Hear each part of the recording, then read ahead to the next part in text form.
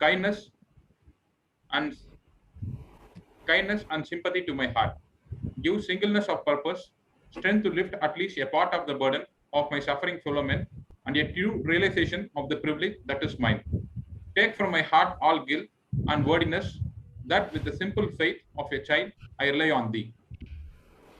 Welcome address. Good evening to everyone. A warm greetings to everyone. On behalf of APA Vellore District Chairperson Dr. K. E. Sampath sir and office bearers of Vellore APA, I extend a warm welcome to everyone and thank everyone for joining us virtually on this Sunday evening.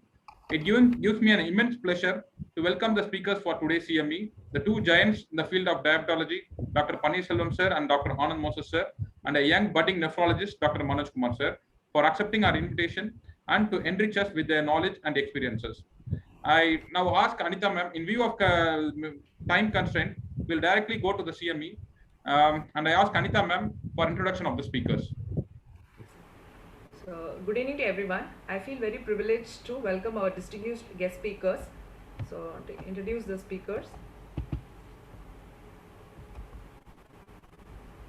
So, I welcome Dr. A. Paneerselvam sir, who's a diabetologist at Aruna Diabetes Center in Tamil Nadu. He contributed in Tamil Nadu State Government Service from 1984 to December 2002 and is a HAKES project coordinator for World Diabetes Foundation and Gestational Diabetes Mellitus Project Tamil Nadu, and conducted and organized many teaching programs for doctors all over Tamil Nadu and contributed to the original articles on diabetes in both national and international journals. And to his credit, he has been awarded with the Best Doctor Award at Government Roypeta Hospital and Anantha Sainyam Award for Insulin Bank 2012, and one among the top 25 diabetologists in the country, and created the Awareness in a Diabetes Award 2012. So I welcome you, sir. So now I hand it over to Dr. Paneerselvam, sir.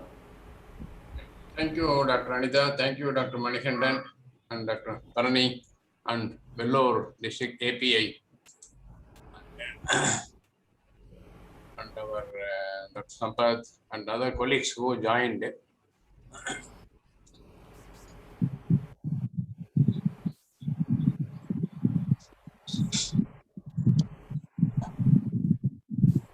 So thank you for selecting this diabetes topic and acute kidney injury, because all over world this 100 years of insulin is being celebrated, because 1921 insulin got 1 minute. No problem. Hello, sir. Good evening, sir. Hello. Sorry. Am I audible? Yes, sir. Right. So 100 years of insulin, 1921 insulin got discovered. Some other noise are coming.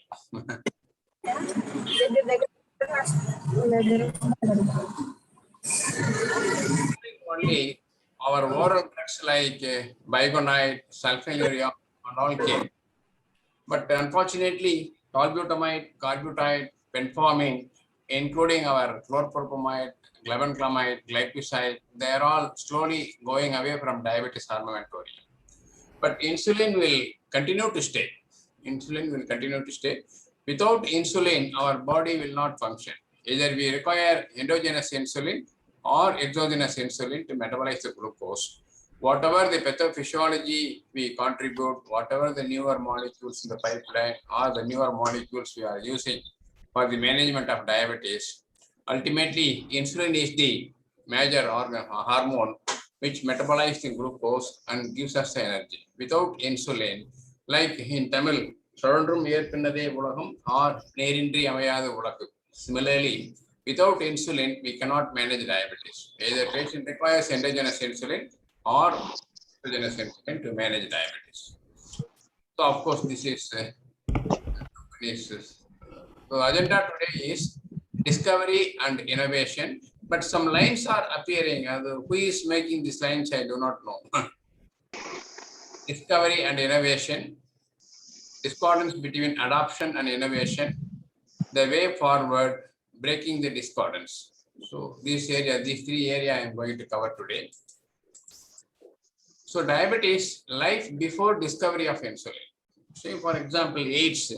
Earlier we didn't have any treatment for AIDS. Now we have fairly better treatment. Even for advanced cancer also, now we don't have any treatment for advanced cancer. Earlier, we didn't have treatment for smallpox. Of course, with the help of vaccine, we have eradicated. Similarly, before 1920, there was no specific treatment for diabetes, drug treatment for diabetes. Before insulin, diabetes was mostly fatal. The most effective treatment was to put the patient with diabetes on a very strict diet. Already he lost energy, already he is in catabolic state. Again, very strict diet will further worsen the condition. So these are all the diet prescription during this. Otherwise, starvation treatment for diabetes. Mother with diabetes child in 1920. This was the purpose of management of diabetes just 100 years before. Events leading to discovery of insulin. 40 years with insulin and 4,000 years without. Today, there must be 3 million people with diabetes whose lifespan has increased on an average at least 10 years age. This makes a total of 30 million years of productive human life in the country alone.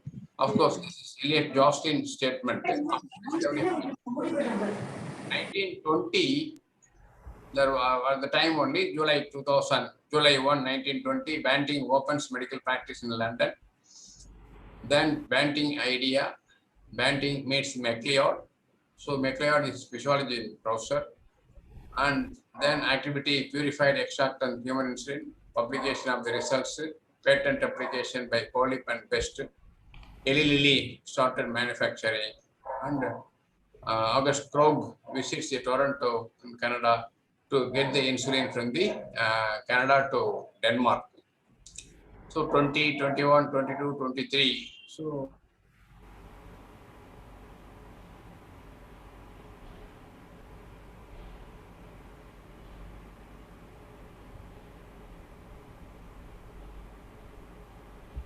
Polyp.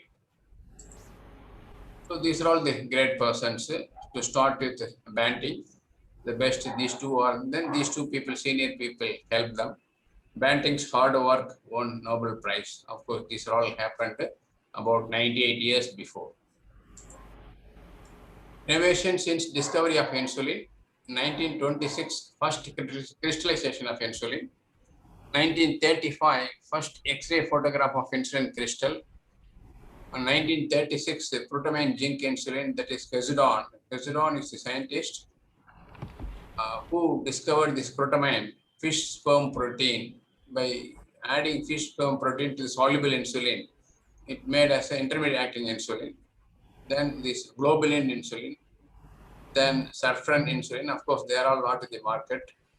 Isofen insulin, and 1951 lenti insulin. Biphasic insulin, that is purified, soluble insulin and intermediate acting insulin, both are mixed. Biphasic insulin came in 1959 itself, 60 years before. Then first complete total synthesis of human insulin. Human insulin started appearing because we are depending upon the animal only. By killing ox, cow, pig, we are getting insulin. Then human insulin started appearing. The first recombinant human insulin, the E. coli and yeast. First recombinant insulin. Then first analog insulin. Insulin aspart, insulin glargine, insulin detamar, Nucleodag. Again, insulin glargine, new faster aspart, ultra rapid Lispro. So these are all the new developments in this after 2020 or after 2000. Lot of developments. So some more are in the pipeline. See, once weekly insulin in this pipeline, next year it may get introduced. And combination of GLP-1 and long-acting insulin analog also there, in use also now. And smarter insulin, of course, nasal insulin came in and pulmonary insulin came in and went out. So these are all the, otherwise the research is continuous from almost century. So the better availability of the insulin. So like our communication system, earlier we were working and informing the materials, and then post, then now your WhatsApp, YouTube, etc., Twitter, all those things. So over the past 100 years, more than 10 different categories of medication have been developed. For example, to start with insulin, then sulfonylurea, then Bigonide, up to 2000, these three molecules, all these three category of drugs only we had. After 2000 only, there was enormous development.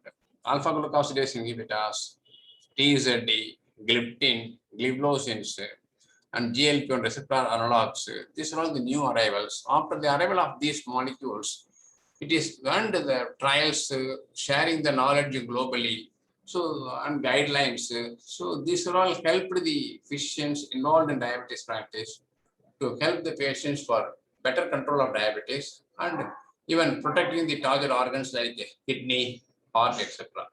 Today, these medicines are used in various combinations to form individual treatment plans for people with diabetes.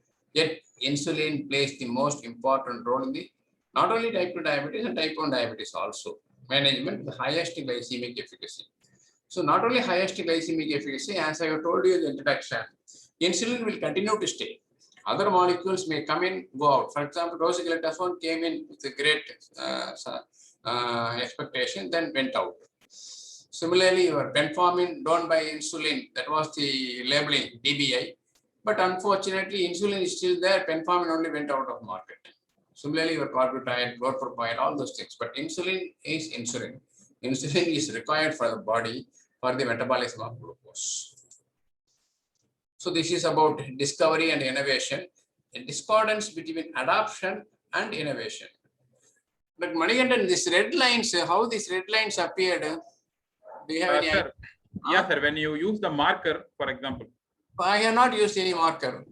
Okay, sir. Maybe you can right click and delete it, sir. I think. Oh. Yes. 1 minute. How to delete? The screen. Screen, huh? I'm not sure. Just a minute, sir. I think white screen. Just click. No. No.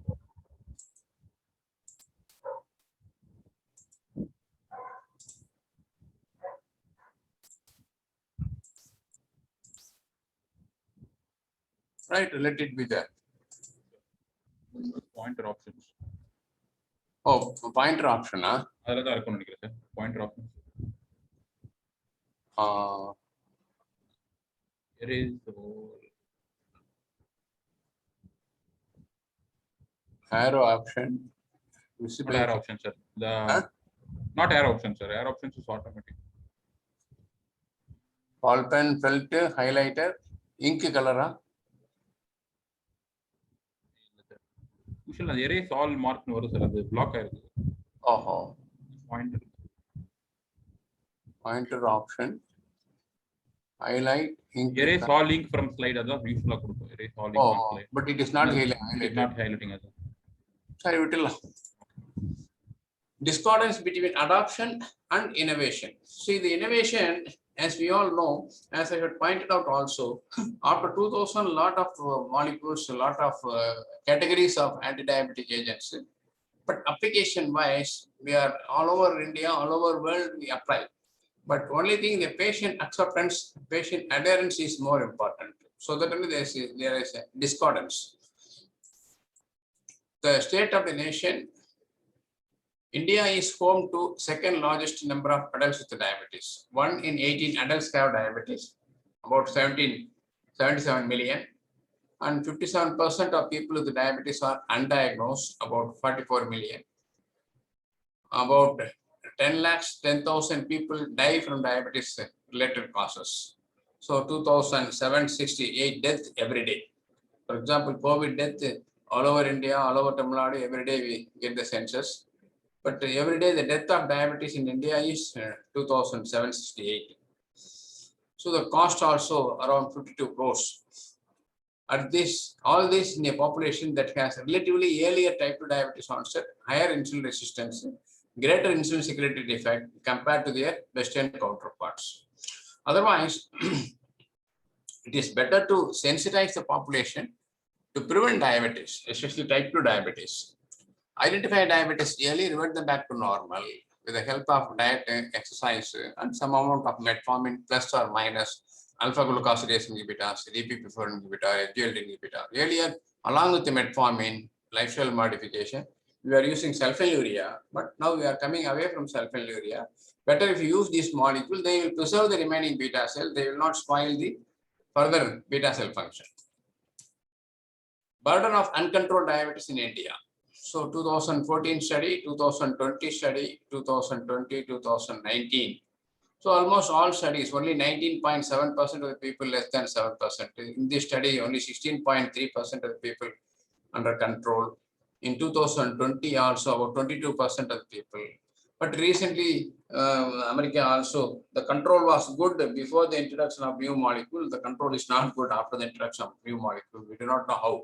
But after the introduction of newer molecule, the control must be much better, much better. So judicious use of anti-diabetic medication facilitating desired glycemic target achievement. For example, GLP-1 receptor analog, DPP4, AGI, TZD, sulfonylurea, glutamate, and insulin. So when compared to oral drugs, of course, insulin will effectively reduce the A1C. Premix insulin, especially globally, very well recognized insulin, minus 1.91.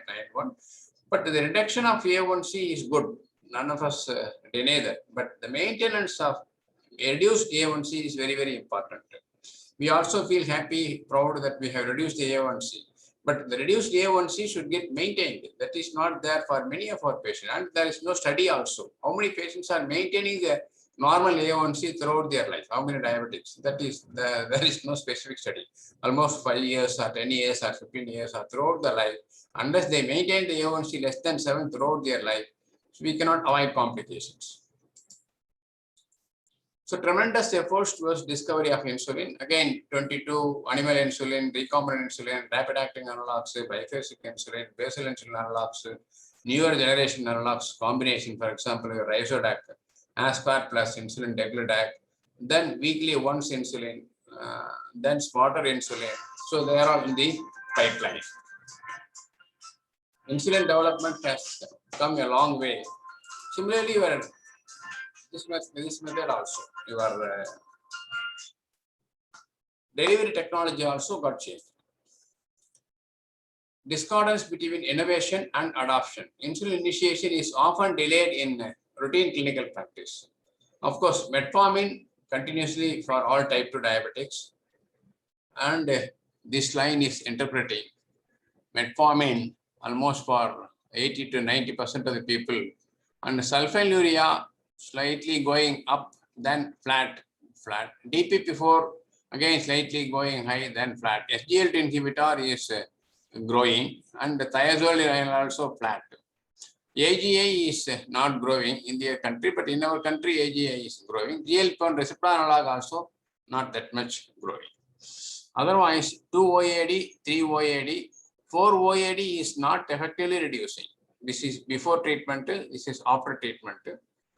So once you increase the more number of drugs, oral drugs, the control is not there. It indicates that beta cell failure or beta cell response for oral drugs not there. So better supplement with after 3 OAD or despite 4 OAD not getting control, because 4 OAD is now very simple now.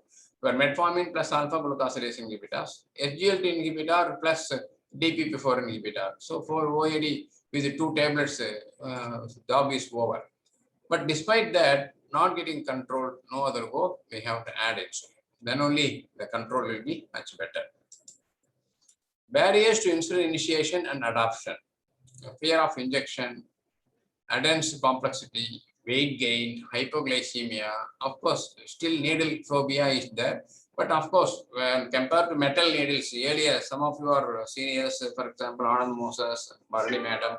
So during those days, we used to boil glass syringe, metal needle, 22 gauge needle. So the metal needle while boiling get blunted, the pain will be more. We need softeners or doctors to boil the syringe, assemble it, and draw the plain and lenti insulin, then give insulin. So these are all the earlier drawbacks. After disposable syringes, plastic syringes, it is made very easy. Then after the arrival of pen, and the smart pen also going to come. So after the arrival of pen needles, the pain is very much less, very less. Even mosquito bite will cause pain. but this insulin delivery will not cause pain. That much needle size is very thin needle. And adherence is very, very important. So the discovery of pen, adhere, whether you are the ship or airplane or train or some function, continue to take insulin. So adherence is very important. Hypoglycemia, after the arrival of analogs, hypoglycemia drastically came down. When we were using plain and lenti insulin, hypoglycemia rate was high. Even for human insulin, hypoglycemia rate was slightly high. But analogs, the hypoglycemia rate is very much less, and the weight gain also. Hypoglycemia rate also very much less, and the weight gain also very much less.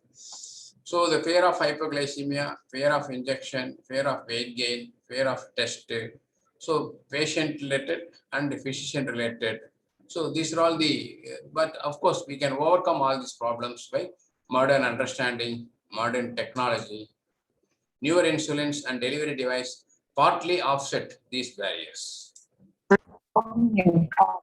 Initiation and adoption challenges during routine clinical practice. Therapeutic energy. Of course, somebody is not muted. Lack of training. Also, because of many COVID patients, the diabetes managed by our junior colleagues, they require some guidance, encouragement, or experience. Of course, now the Zoom meeting has helped for some of them. Lack of training and lack of time and availability of the team. So lack of time we cannot say, but we should spare some time and we should train the team also. Even though the COVID situation is there, through Zoom meeting, we are discussing something in diabetes or not everything in the all over world. So similarly, we should spare some time and train the people. Social stigma and psychological resistance. Social stigma, even now, some of them are saying, no, why you are taking insulin? Insulin is the last stage, this and that. They get confused. See, for glucotoxicity, better to have insulin. Insulin deficiency is there, no other way, we have to substitute the insulin.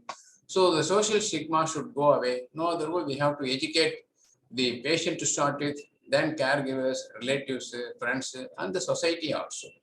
Lack of understanding about the cost effectiveness. So now the cost is very much reasonable recently. Analogs cost and human insulin cost is almost reasonable, not like 10 or 15 years before. Lack of tools to monitor. Earlier, the self-monitoring is not there. Continuous glucose monitoring is not there. Now we have beautiful monitoring system and easy to carry. And the cost price also, all meters are less than 2,000 rupees.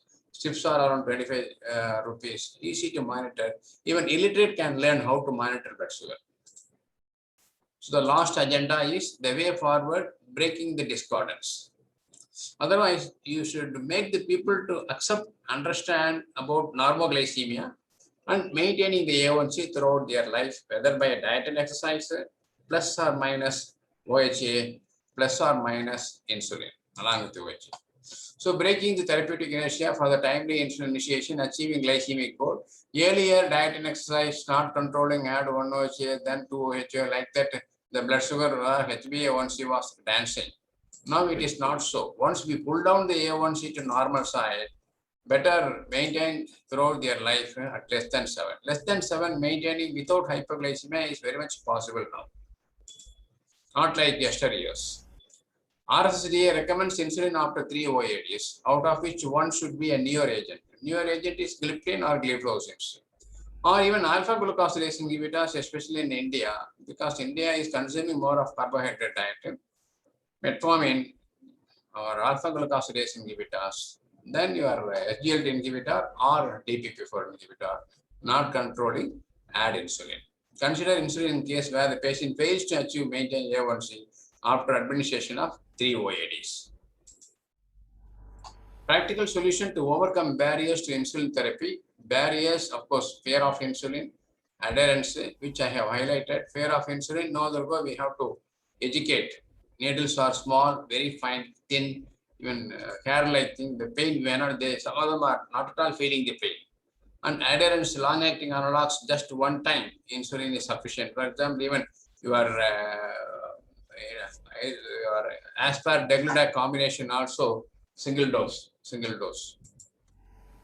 And fear of weight gain. See, earlier our plain and lentil insulin plus your human insulin, it was causing weight gain, but analogs are not causing weight gain. Even if weight gain is there, adjust the diet, do some exercise, see to that weight is not getting gained. Fear of hypoglycemia also very much less now, as I have told you earlier. After introduction of your analogs, the hypoglycemia rate is very much less. Otherwise, we can easily overcome the barriers. Otherwise, the sharing the knowledge and information globally is very much possible now. So putting it all together, potential solutions, most helpful action for initiating insulin therapy, addressing injection concerns by demonstrating the actual injection process, explaining the benefits of insulin. See, explaining the benefits of insulin is very much important. Insulin metabolizes the glucose, gives us the energy. Insulin stores the glucose in the form of glycogen. Insulin converts the glucose into protein and fat. They go for anabolic state. In addition to controlling diabetes, it causes anabolism. Well-being will be there. So that only better promote insulin therapy if it is required. For example, type 2 diabetes after 10 or 15 years of duration, they lack beta cell function. Once the deficit of beta cell function is there, jolly well you can give long-acting insulin along with the short-acting or one long-acting insulin. Depending upon the glycemic profile, you can plan the insulin therapy. Adopting a collaborative communication style. So collaborative communication style, you should make them understand, accept, adhere the therapy. In such a way, we have to educate the patient. So otherwise, whatever the newer molecules, newer trials, newer guideline, education is the only weapon to overcome all these things. This is about 100 years of insulin and how we have to make our patient understand about insulin therapy, adhere about insulin therapy. Thanks once again to Manikandan and other his colleagues team and Vellore API for giving us this opportunity. Thank you. Yeah. Thank you so much, sir, for your short and clear discussion about the hundreds of insulin. And dear doctors, if you have any doubt, you can put in a chat box. At the end of the next talk, we can go for your short discussion. So,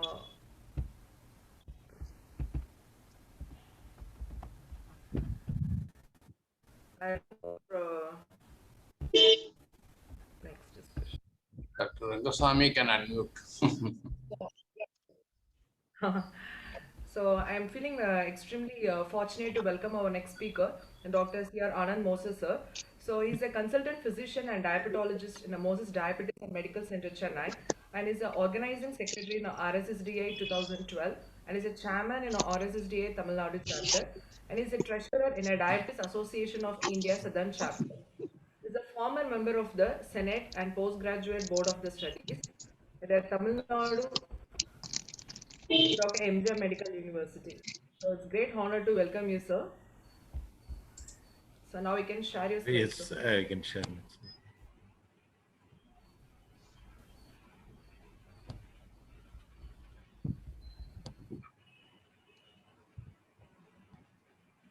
Yes, sir.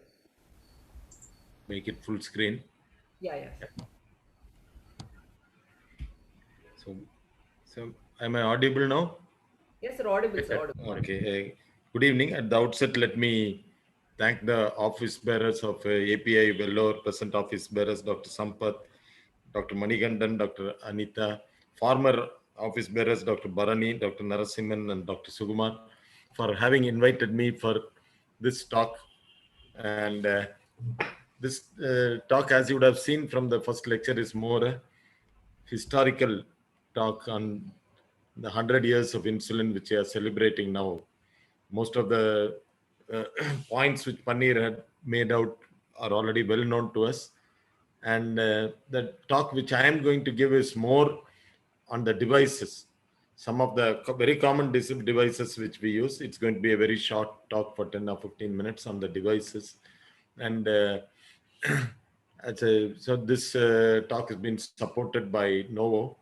And the devices which I'm going to show are mostly the company devices, but it's a scientific presentation. I do not work for Novo, but it's a knowledge sharing presentation.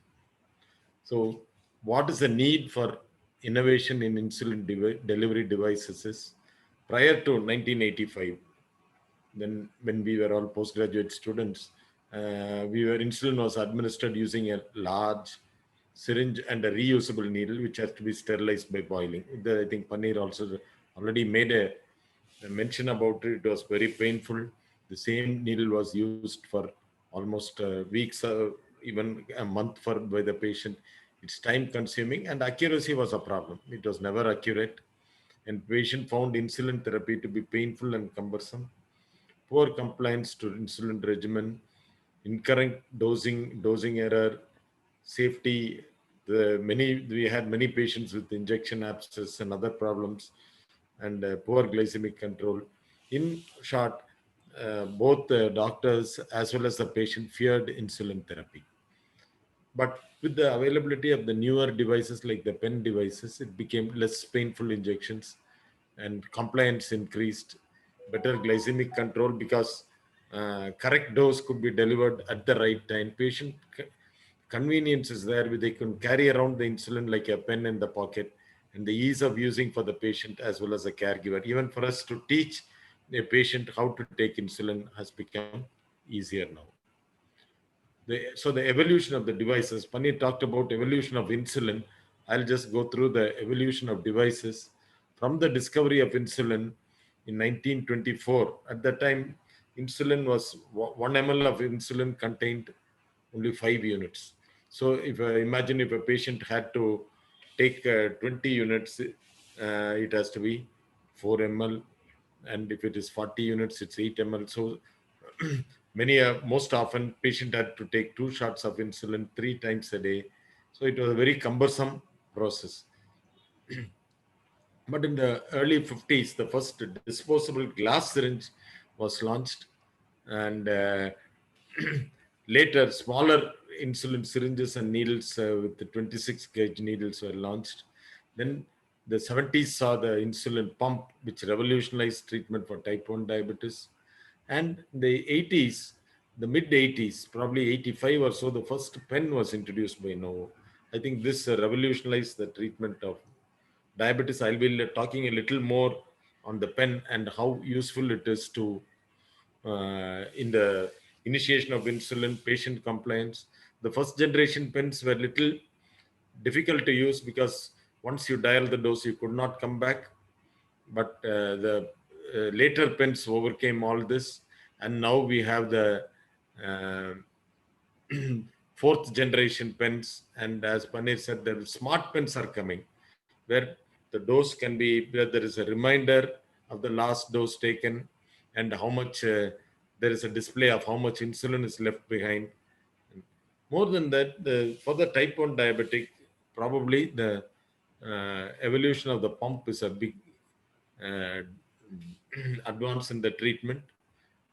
Pumps are made the number of insulin pricks less, and there are now closed loop pumps where the insulin pump can recognize the hypoglycemia and hyperglycemia, and this is available in India now. Only cost is the limiting factor. If the patient is affordable, pump has revolutionized the treatment of type 1 diabetes. So this is the first specialized syringe for insulin managed by BD in 1924, first Novo syringe in 25, and the reusable glass syringe and metal syringe, which we were used to. This is a case history of a type 1 diabetes. Elizabeth Hughes had to take 5 cc at a time. Her syringe held only 2 cc. And imagine the life of type 1 diabetes in those days, many of them did not die of diabetes. They died of injection abscess and septicemia. This is the history of the disposable syringes. Again, disposable syringes changed the way we treat diabetes because it was easy. Each dose was given and it was less painful. But still here also accuracy was a problem. It varied from patient to patient, time to time. And when you're mixing 2 insulin, it becomes difficult. And carrying around syringes is again difficult. And this patient starts reusing the syringe, it is more painful. Then we saw the change with the delivery devices. This common no open 4, which all of us know. This is a reusable pen, and where the cartridge can be changed, which is cost effective, and the needle is also nowadays we get a 30 and 32 size needle, which is almost painless. And historically, the first pen was in 1985. The needle was short, and even the present day pens give a click sound, so people with poor eyesight also can count the dose. Each click is 2 units, so the dose can be counted just by the clicks, hearing even in darkness, or if the patient has a poor eyesight. These are the pens which are available. This is not only Novo, other pens. We have the Novo pen, Flex pen. Lilly has got a Huma pen, and the Solo Star there is for Lantus, and Insu pen. Then I think all of you are familiar with all the pens, but the difficulty is they are not interchangeable. That is the biggest problem. Many patients think if they buy one pen, they can use any insulin. It is not. No. So if you buy Novo pen, you can use only Novo insulin, Huma pen only Lilly insulin, and if you use All Star, it is only for Lantus or Insuman insulin. You cannot interchange the insulin with the pen. Each company has its own pen. That has to be kept in mind. And as doctors, we also should be familiar with all the different company pens so that the patient is guided properly. So what is the durability of the insulin pens? There are 2 types of pens. One is durable pen, which is cost effective, which I told you is the Novo Pen 4 with a cartridge, can be reused, and the cartridge cost is less. And I think most of the national and international companies like Novo, Lilly, Sanofi all have their own durable pens.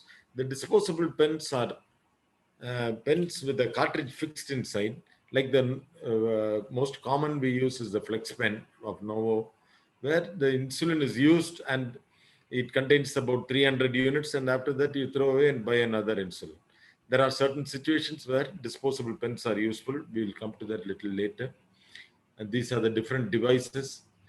Historically, I will not go through all this again. The disposable pens are useful when you are using it for a short time. So for a surgery, you want to use insulin for 10 days, 15 days. You need not buy an insulin device. You can buy a use and throw device, use it for a week, and then throw it away. So the durable devices are reusable. They last longer. And I believe some of the pens last for the Novo Pen 4 is set to last for 5 years without any problem. 4 times larger dose setting window. I think the Novo Pen 4, the description is there. But you must, there is a metallic body, and it withstands the shock even if it falls down. As I said, once you inject, many patients make the mistake of taking away the pen immediately. You must wait for 6 to 10 seconds for the drug to enter the subcutaneous tissue. Only then all the insulin is delivered. Otherwise, there is a wastage of insulin. So this is what I told you. It has been demonstrated that when you buy a pen, the accuracy of the dose is maintained for 5 years. So after 5 years, the pen has to be changed, and most of the companies give the pen free and even change the pens free of cost. This is a study to show patient-specific devices. As you can see, Novo Pen 4 offered the best everyday handling. It's a rough and tough use of insulin, and the device is very good. Disposable devices, you can say the low force of injection. That if you people who have handled the Flex pen will know that pressing is very easy. It's just a touch. Once you dial the dose, inject, and just the touch, it goes in. It's a very convenient insulin. As I said, disposable devices are used by during pregnancy, where you require it only for 3 or 4 months. during surgery in elderly patients who are unable to change the cartridge. But only thing is the cost is little more when you use and throw pen. The flex pen, I think I've told enough about the flex pen. It is a disposable pen, and the flex pen has significantly lower dose force. That is the biggest advantage. As I told you, just as you touch the pen, the insulin goes in, and the target delivered dose closer to target compared with vial and syringe. Of course, vial and syringe has its own advantages and disadvantages. The vial and syringe, you can adjust the dose of short acting and intermediate acting insulin. But in a pen, it's a fixed dose. It's 30/70 or 50/50. Whereas the dose of short acting and intermediate acting can be varied with the bottle insulin. Still, bottle insulin is used widely in our hospital, in our country because of the cost. And still, many of the government hospitals use a lot of vial insulin, and where mixing of insulin is necessary and patient has to be trained. So, what about adherence rate? As expected, pen's adherence rate is better. When you pay more, you get a better device and better adherence. Needles, the size of the needle again is important. As you can see, the size was has changed from over the years. Earlier, it was even in the early 80s, it was 24 size, 22 and 24, as Dr. Paneer mentioned. Then we had 28, 30 needles. Now we have 32G and just 4 mm. Studies have shown 4 mm needles are enough to enter the subcutaneous tissue. So we did not need a longer needle, shorter, thinner, and uniquely engineered to improve your patient injection experience. Why is the needle, pen needle less painful than the syringe? Because in the syringe, we have to inject first into the bottle, and second only it's injected to the patient. So the tip gets blunted.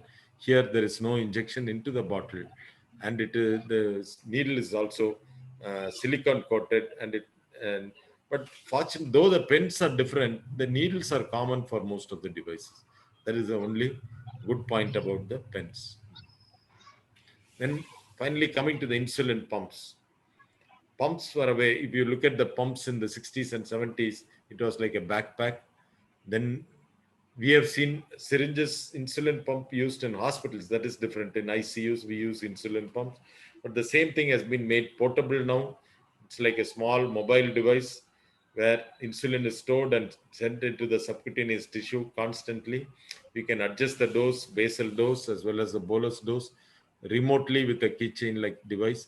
But now the closed loop system is available, and where it gives a signal for hyper and hypo, and the insulin dose can be adjusted accordingly. And we are not very far away from the artificial pancreas, where trial is going on, where once you load the insulin, it automatically measures the blood sugar. When the device already measures the blood sugar and gives insulin accordingly according to the setting. When the sugar goes down below 60, it stops giving insulin and gives an alert. So some devices, the pump devices have gone a long way. These are the pump which was used in 63. Just look at the backpack size. And some of these devices, like the one in the 1974 device, was available in Madras Medical College. I still remember, but it was used mainly for research purpose, and patients could not, it has to be only for short time when the patient is admitted to the hospital. So in summary, with advances in insulin development, it's equal importance to note the advances in the delivery system. I think as doctors, we write, just prescribe the pen. We must know about the pen. We must be able to teach the patient, as the patient before leaving the clinic, to take the first shot of insulin in the clinic, and to know the adjustments in the pen, so that it is easy for the patient.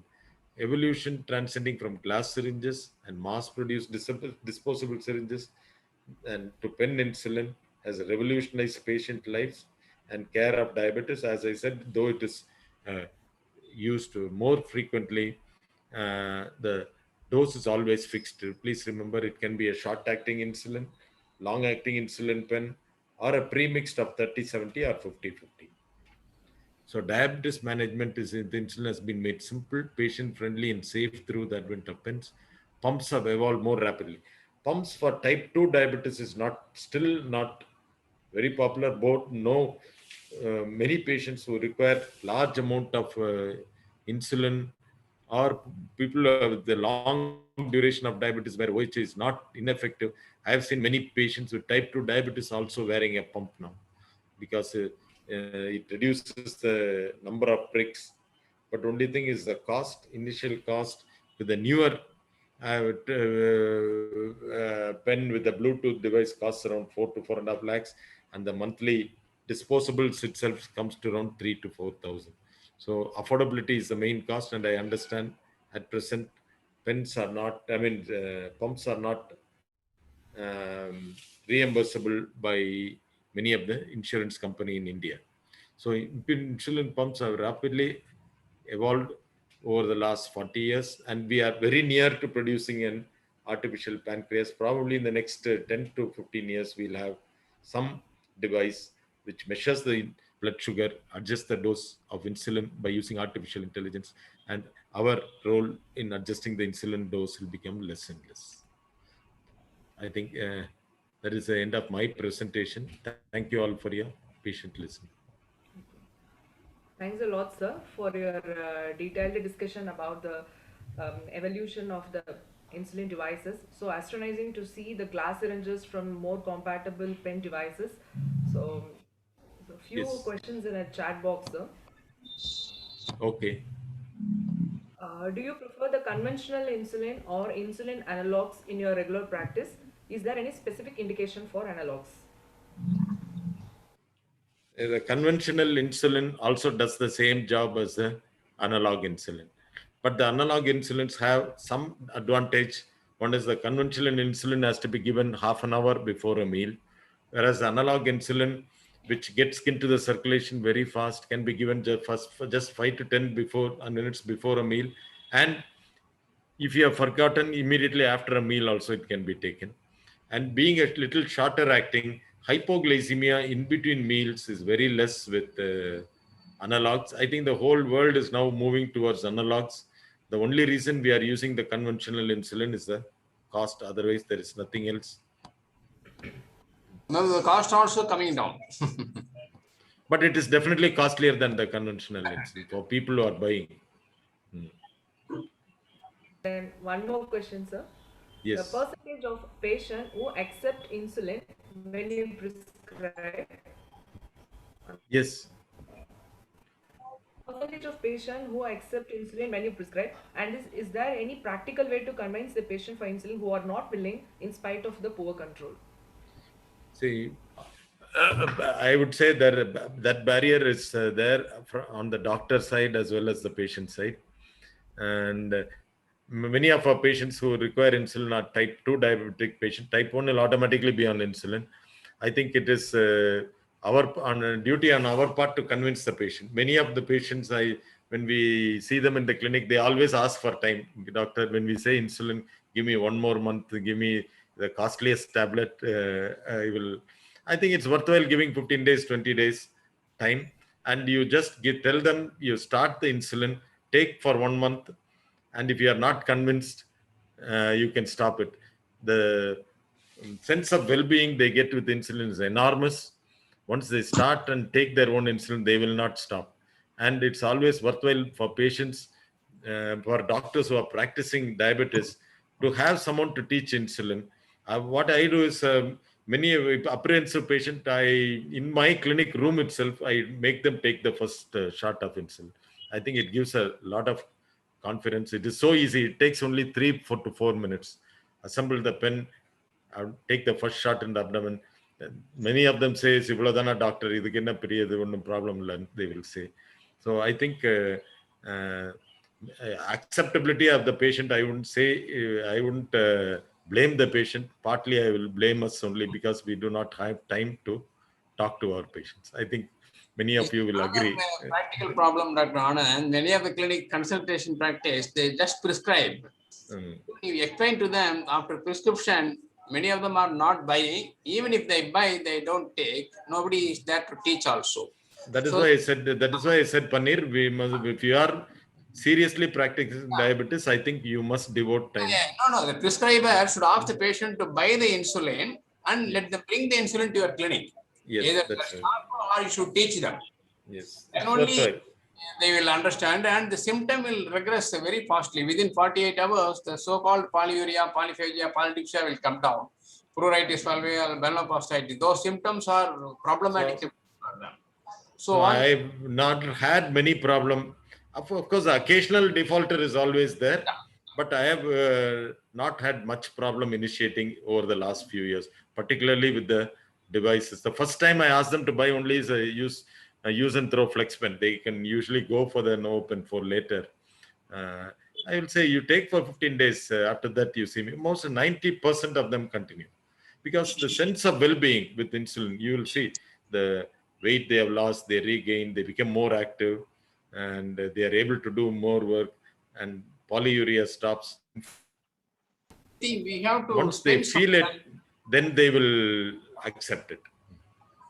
I think Dr. Bharani, you want to comment anything on that? Sir, yes, sir. Sir, what you told is correct. And at this juncture, I want to say something, sir. During this 100-year celebration, Yes. one thing I want to cherish is your contribution to government patients. The way you train the nurses. So every Yes. government hospital, at least the teaching institutes will have diabetes nurse educators now. Whether they Yes, utilize it or not, that is different. But they are there. Yes, sir. Thank you, Bharani. I think you have a nice set of nurses trained by us. Yes, You sir. had in Vellore. Yes, sir. Then another contribution by Dr. Panniselvam, I think both of you should mention in your introduction also, sir. Its initiation and its effort only made possible for domiciliary supply of insulin to type 1 patients. Yes. That reduced the ketoacidosis admissions to a great extent in Yes, government definitely. hospitals. Correct. Thank you, sir. Thank you very Thank much, you. sir. Thank you. Practitioners should show more interest, doctor. Patient will, as usual, patient only. They will be grossly negligent. But it is up to the practicing doctor or the prescriber's responsibility. That is why as specialists we survive. I think so. Only in insulin therapy, oral therapy, anyone can prescribe. But I have seen very senior consultant friends of mine who are do not prescribe insulin for the simple reason they have to teach and they do not have the time. And the patient also hesitate to take. Usually patient will hesitate to take one. No other way we have to overcome. Right. Yes. Any other questions? You can unmute, you can ask. I think this topics are mostly historical, and that is why I said many people will think I'm working for Novo. It is not so. It is more the description of the devices and other things. No, company is I think it is important in the 100 years to know about the history also, all of us. Definitely, sir. Definitely. So, thank you so much, sir. Both of you gave an elaborate lecture about the insulin. So, thank you so much, sir. Thank you. Sukumar sir was trying to speak something. You can ask sir to unmute and speak. Sukumar sir, you can unmute and speak, sir. Yeah. It's an excellent presentation. We have learned a lot about the pens and devices. Now we'll continue to use it and advise the patient to do it. It's a great meeting, sir. Thank you. Yes. Thank you, sir. Thank you. Move on to the next topic. So happy to welcome my senior Dr. Manoj Kumar sir. So who did his MD General Medicine from Institute of Internal Medicine, Madras Medical College, and it is DM Nephrology from Institute of Nephrology, Madras Medical College. Currently, he working as a nephrologist at Government Headquarters Hospital, Mayiladurai, and so far he done 3 publications in both international journals, including an original article. And he's a contributory author of Management of Dialysis and Transplant Patients during COVID-19 in National Health Mission, Tamil Nadu. So happy to welcome you, sir. So So over to Dr. Manoj Kumar, sir. Thank you, Anita. Can I share my screen? Yes, sir. Yes, sir. I will. You can share, sir. Okay, just a minute.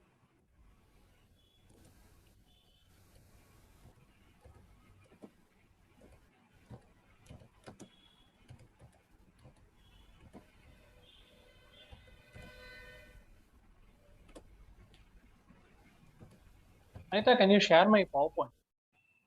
Yes, sir. I will share. Yeah.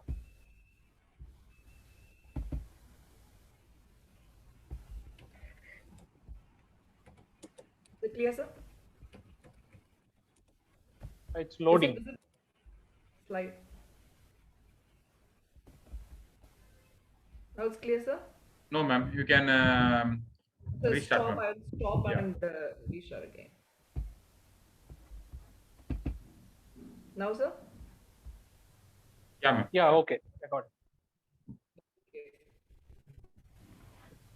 So, at the outset, I would like to thank the API Velo for giving me the opportunity to present my favorite topic in clinical nephrology, the sequelae of acute kidney injury.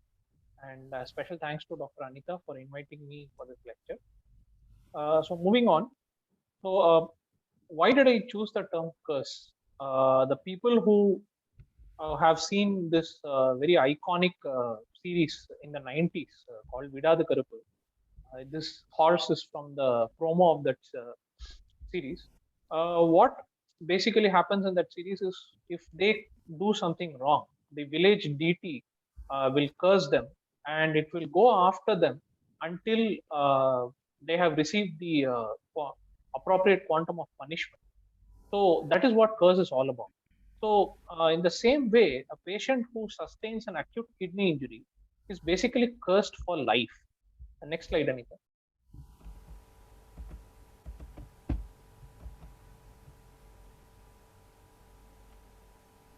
The first thing that I want to share with all of you is that acute kidney injury is not confined to kidneys. Acute kidney injury is a systemic disease. So what happens in AKI is basically that the kidney suffers an ischemia reperfusion injury. Because of that, it starts priming the leukocytes. So there will be activation of neutrophils and lymphocytes. At the same time, there is increased expression of adhesion molecules within the endothelium, which in turn will cause activation of complement and activation of platelets. So when this happens, these activated complement, activated coagulation factor proteins, the activated white blood cells, especially the neutrophils, they migrate to other organ systems. The primary target of extra renal injury in AKI is actually the lungs, because lungs get the double whammy. One, they have volume overload, which is causing pulmonary edema. The second, there is a dysregulation of the alveolar capillary membrane because of the systemic inflammation that happens in AKI. And third, the leukocytes that are activated by the kidney go and injure the pulmonary alveolar capillaries and make them even more leaky. So this ultimately results in a combination of pulmonary edema and acute respiratory distress syndrome. So which is the reason why AKI patients with severe AKI often end up in ventilator. The other organ that sustains a lot of injury is the heart, because the inflammatory milieu of the AKI will directly cause myocardial suppression. So that will result in a reduced cardiac output, hypotension, which in turn worsens the AKI, setting up a vicious cycle. And apart from that, there is a direct myocyte necrosis and apoptosis that's happening within the heart, although not to the extent of that we see in myocardial infarction, but that is enough to injure the heart to result in acute LV failure. And the other side, we have the acute liver injury. Again, the same principle that happened with the heart and the lung also happens in the liver, causing acute liver injury. And when you go to the brain, apart from having a dysregulated blood-brain barrier causing cerebral edema, there is also uremic encephalopathy because of accumulation of the uremic toxins. And you have the GI tract, where there is the gut mucosal barrier dysfunction happens. So there is increased translocation of bacteria from the lumen of the intestine to the bloodstream, that is adding to the endotoxemia, which is adding more fuel to the fire by perpetuating the inflammation. And even the bone marrow is not spared. A patient with severe AKI can have leukopenia, thrombocytopenia. They can have disseminated intravascular coagulation due to AKI per se. So this forms the basis of the talk that we are going to see today, that AKI is not confined to the kidneys. Acute kidney injury is not just about the kidneys. Next slide, please. Okay, so when we are talking about the curse, that is the consequences of acute kidney injury, we are talking about two things, short-term consequences and the long-term consequences. In short term, acute kidney injury patients have a higher risk of mortality, and irrespective of the degree of AKI, even a very small rise in creatinine, that is even just a 0.3 milligram per deciliter rise from baseline, which barely meets the KDIGO diagnostic criteria for acute kidney injury, it increases the relative risk of mortality by 2.3. So there's 2 times more mortality with even stage 1 AKI. And this climbs exponentially when the severity of AKI is going to increase from stage 1 to 2 to 3 to dialysis dependent state. And apart from that, the presence of acute kidney injury actually increases the cost of care, because this patient, as we had seen earlier, will have multi-organ dysfunction eventually. So they will need ICU care, in prolonged hospitalization, more interventions, especially for catheter insertion, dialysis, ventilator care, even inotrope support may be needed.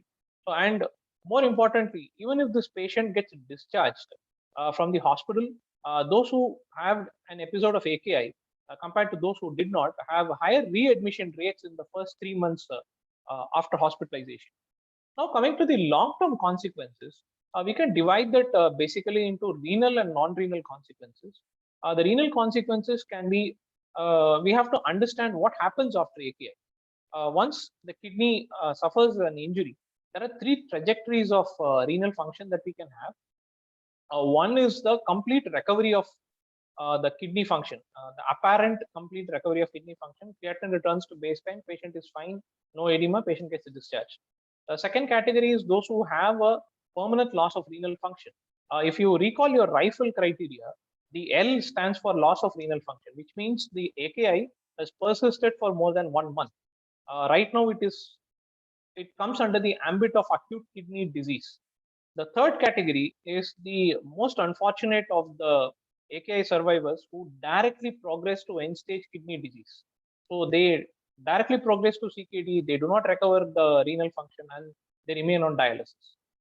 When we are coming to the category 1, those who had an apparent complete recovery, they can go on to develop a de novo CKD. A few years later, they can develop chronic kidney disease, and even more commonly, they have developed new onset proteinuria, tubular abnormalities in the form of impaired urinary concentrating ability, and development of systemic hypertension.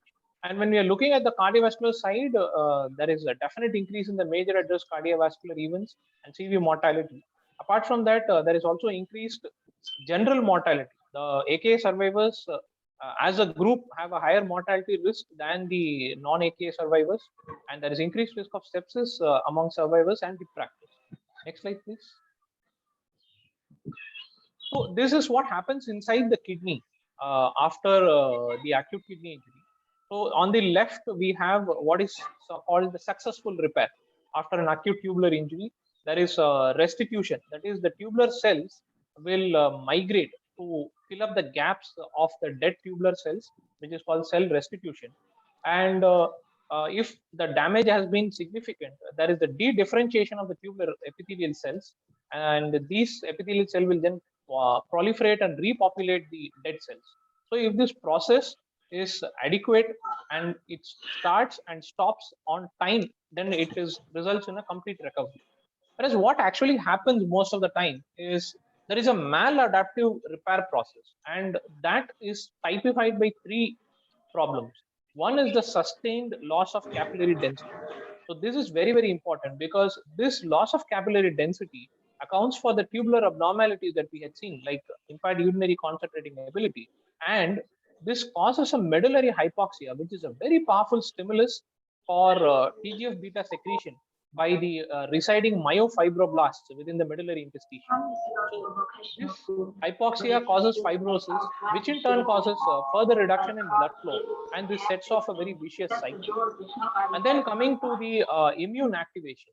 So there is a chronic activation of the immune system in the damaged kidneys, where the macrophages switch from the acute type to the chronic type, and they start secreting the healing cytokines, the TGF beta especially. This again will start causing interstitial fibrosis. And the tubular defect in proliferation is also very important because, as I said, the cell proliferation should begin and end at the right time. So when there is a tubular cell arrest in the G2M phase, or the tubular cell apoptosis happens, or a tubular cell goes into senescence instead of de-differentiating and proliferating to produce new epithelial cells, this will cause increased profibrotic growth signals. Because there is a loss of tubular cells, there is tubular atrophy. This again will cause myofibroblast activation and extracellular matrix deposition. So the final endpoint, what happens is loss of tubules, loss of capillaries, and fibrosis within the interstitium. And this is what drives the development of CKD. So why is this important? Because as I said, those who have an apparent clinical recovery, creatinine touches baseline patient, otherwise potassium is normal, volume is normal, but all these things will be happening inside their kidneys. So that is why you see a patient who had a creatinine that has reached baseline, a few years down the line lands up with either a proteinuria or hypertension, or even a chronic kidney disease of varying stages. So for this, now we have newer imaging modalities like we do MRI of the kidneys to understand what is the degree of stiffness within the kidney, similar to what we do for chronic liver disease assessment. And you can also have the BOLD MRI, the blood oxygen level dependent MRI, to study the oxygen uptake in the kidney to understand whether there's any hypoxia going on. But all these are confined to research settings. It's not available for the routine clinical practice. Next slide, please. Anita? Yeah. So as I said, the three common consequences of AKI. So this triangle, I want you to focus in the green triangle.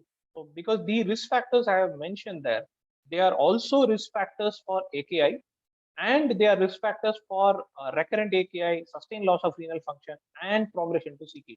So this is the most vulnerable group that we have to focus when we want to prevent as well as to follow up and detect complications of AKI. So which is the elderly, those with heart failure, those who have a greater severity of AKI, those who have a higher AKI stage, those who have a dialysis requirement, or those who have a longer duration of the AKI. Apart from this, females and diabetics, liver disease patients are also at risk for AKI as well as recurrent AKI and progression to CKD.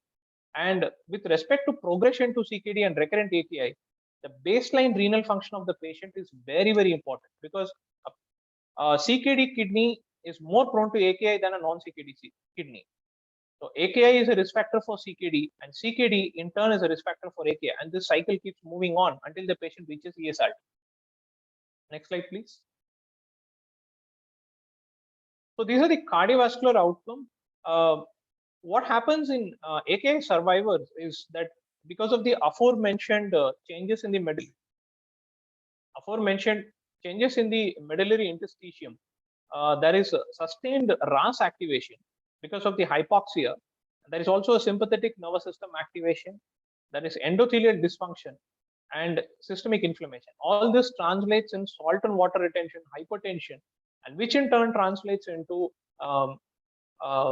unfavorable myocardial remodeling in the form of LVH, cardiac myocyte apoptosis, coronary heart disease, and even arrhythmias. So this one big meta-analysis, they identified that 86% of the AKI survivors have increased CV mortality, and there is increase in major adverse cardiac events like in the form of MI or stroke, and there is increased risk of heart failure. This is very, very important. 40% increased risk for heart failure. Next slide, please.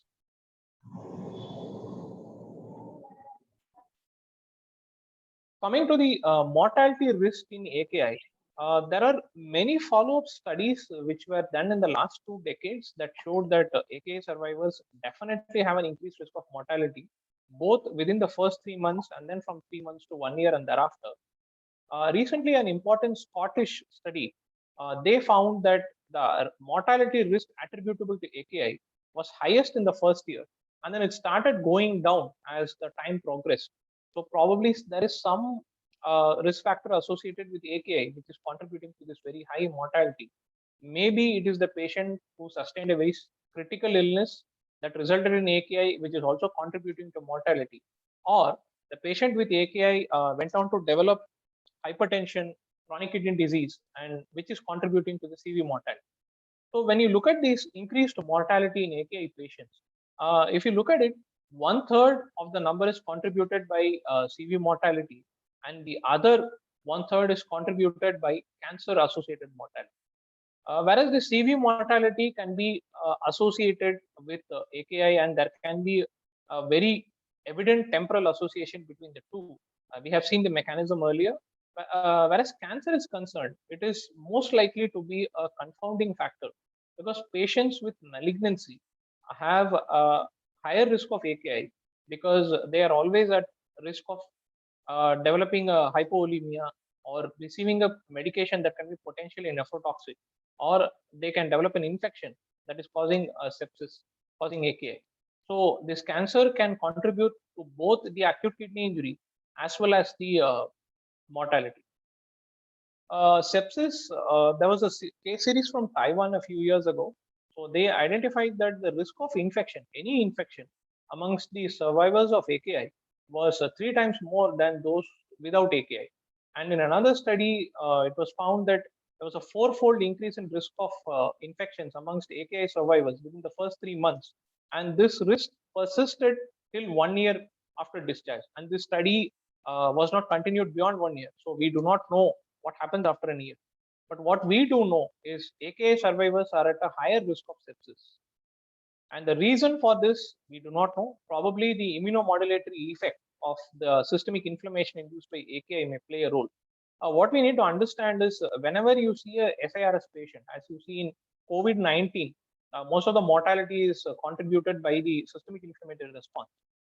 2 things happen simultaneously. The patient can have immune activation.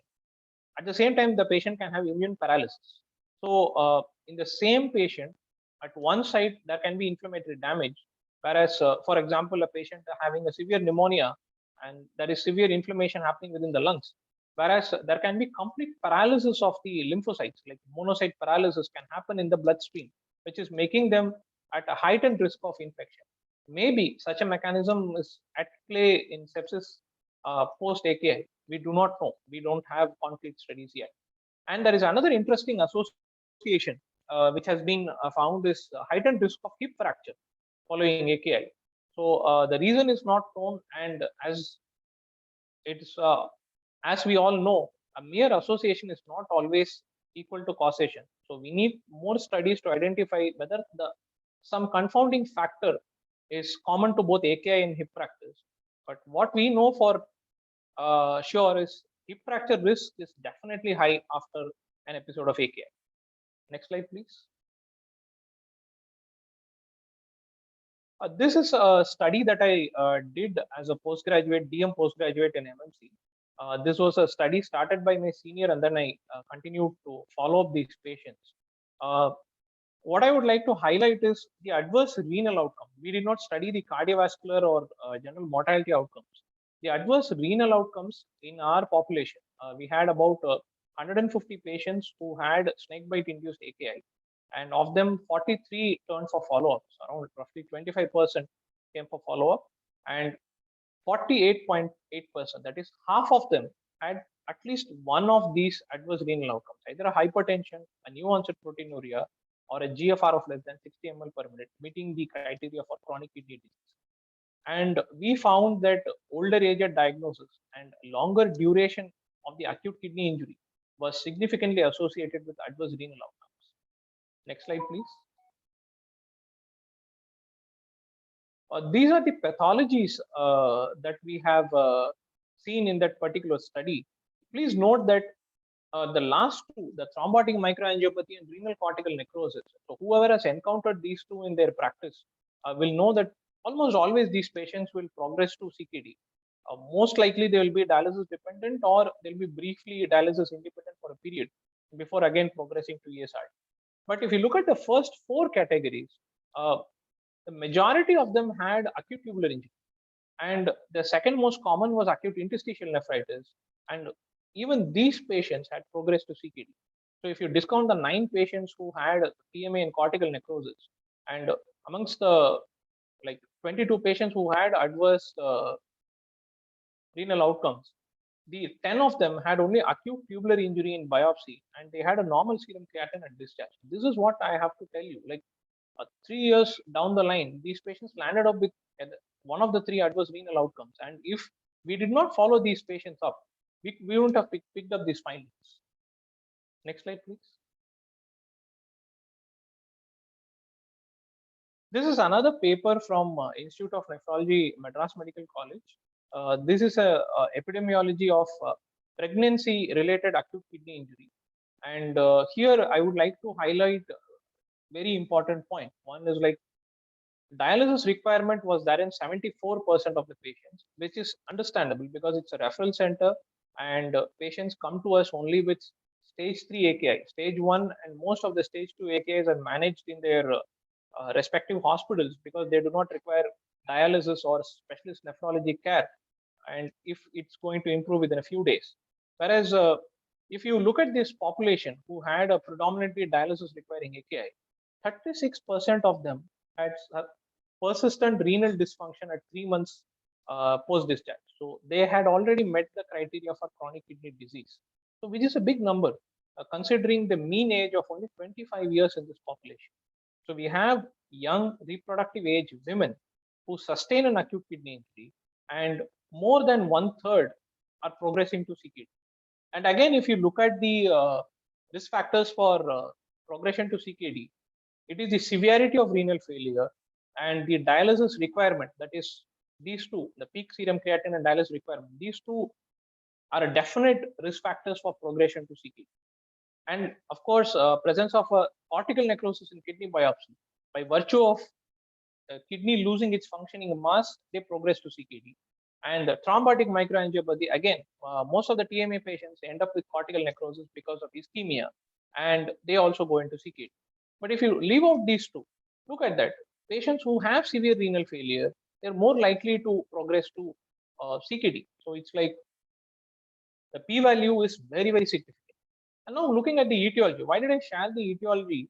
Is because I want to show how many AKIs can be prevented. See, the numero uno cause of obstetric AKI, even in 2020, is sepsis AKI. And most of the sepsis that we see is either a urinary tract infection or a surgical site infection or a retained products of conception, which is going for secondary infection, or typical vaginal infection or puerperal sepsis that's happening. And if you look at the severe postpartum hemorrhage, that can be tackled to some extent. If you have a patient with nephrotoxic drug use, that can be tackled to some extent. But by adopting strict infection control practices within the unit, almost half of these acute kidney injuries can be potentially avoided. And that would definitely translate into reducing the number of people progressing to CKD. And remember, these patients came to follow up because we called them. That is a very, very important point that I want to stress. Most of these patients who get recovered from the kidney disease, their blood pressure becomes normal, they're edema free, their creatinine touches baseline, they don't come back to us. Especially those with a small child, because they will have to devote more time to childcare and they may not be able to come back to us for follow-up. And those who we called, we had to convince them a lot to come back to us for regular follow-up. And this I'm talking within 3 months from discharge. This study's follow-up period was only 3 months. And imagine when you have to ask this patient to come for 1 year follow-up, 2 year follow-up, it just doesn't happen. The attrition rate in the snakebite study that I did was 75%. Only 1/4 of them are willing to come and see us. And even when we gave them the option of meeting our seniors in their respective district hospitals, none of them were, they didn't know the importance of getting the follow-up done. Next slide, please. This is another landmark study that was from Institute of Nephrology, and this was presented in World Congress of Nephrology 2020. What I would like to point out is how the trend of AKI is changing and how much of it we can still prevent. See, 80% of the AKI, even in the current decade, is due to medical causes. And if you look at it, still sepsis tops. Sepsis is the most common cause of medical disease causing acute kidney injury. So sepsis prevention, early treatment of sepsis is very, very important to avert AKIs. And if you look at the post-operative AKI, it's definitely rising. So we need to look into the post-operative AKI part. Especially, we have to optimize the patient's volume. We have to look into the patient's prescription. I'll come to that in the last slide. And obstetric AKI is still a very significant contributor. Once the septic abortion came down after the MTP Act of 1971, increased access to safe abortion practices in government hospitals free of cost, the septic abortion component definitely came down, but puerperal sepsis is still the numero uno cause of obstetric AKI. So if you look at this table, you can find that most of these AKIs can be prevented. Like, for example, if you have a toxicology AKI, a snake bite or a paraquat poisoning. So all these things, we have to intervene in the community level and we have to prevent it. Next slide, please.